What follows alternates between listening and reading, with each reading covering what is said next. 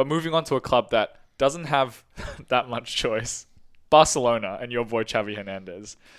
Knocked out of the Champions League at the time of recording this morning. They're playing Europa League. You were very critical of the hiring of Xavi Hernandez. And I had mixed feelings. Mixed feelings. I don't put words in your mouth. I never do that. So, you had mixed feelings about Xavi Hernandez, and we've spoken plenty about this use of nostalgia by clubs bringing back former players, legendary players, right, to become coaches. Yep. How would you review Xavi's reign so far, though short, but obviously out of the Champions League, and are they 16 points behind Real Madrid or something in the table? They're a long way off. Look, Xavi's been dealt a losing hand. To get knocked out of the Champions League in this fashion is humiliating, but Koeman made the bed and now he's sleeping in it. Yeah. Yep. If Koeman was getting the same results as Xavi is, then I think there'd be a lot more pressure. But because it's a new hire, people are a little bit more forgiving. Although the local press in Spain are pretty savage. Yep. I don't know if you've seen El Chiringuito lately, but it's safe to say there weren't many level heads on the panel when Barcelona got knocked out this morning. But having to win away to Bayern Munich to progress was always a nightmare. Tough task. So they needed to win one of the earlier games and they didn't. I think Barcelona are still a little bit deluded. It was actually a topic they got into on El Chiringuito, which not always the best analysis show. As you know, this is the same one where it was the tic-tac for Mbappe to Real Madrid and so forth. Yeah.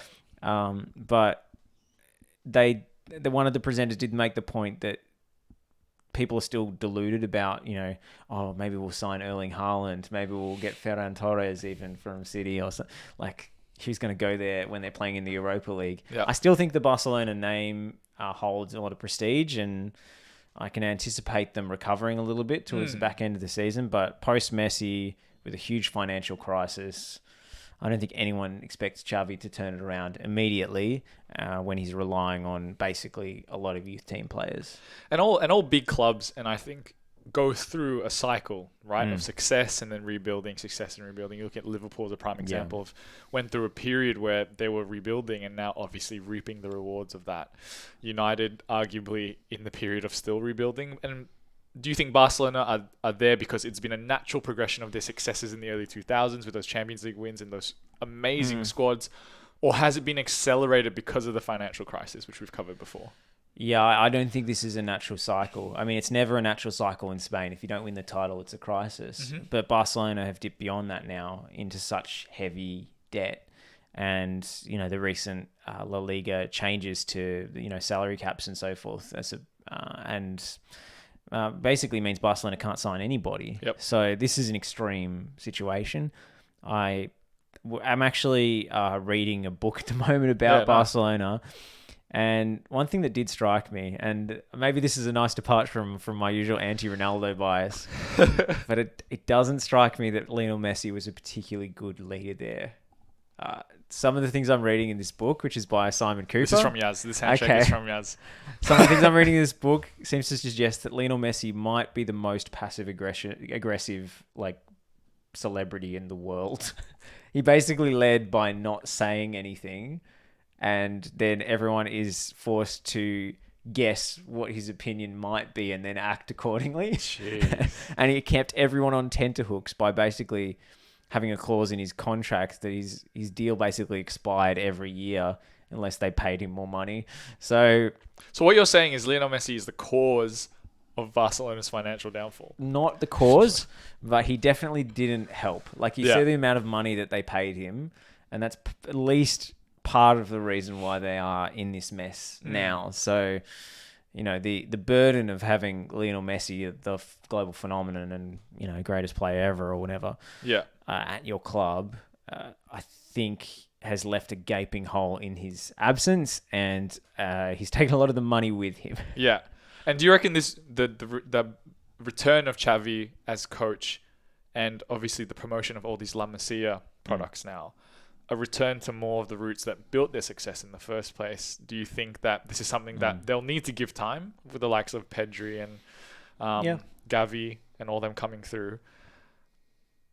Can they have a realistic expectation of trophy success in the next few years, or is it a matter of letting them blood these young talents into, for future success? Next few years, I'm not sure what will happen.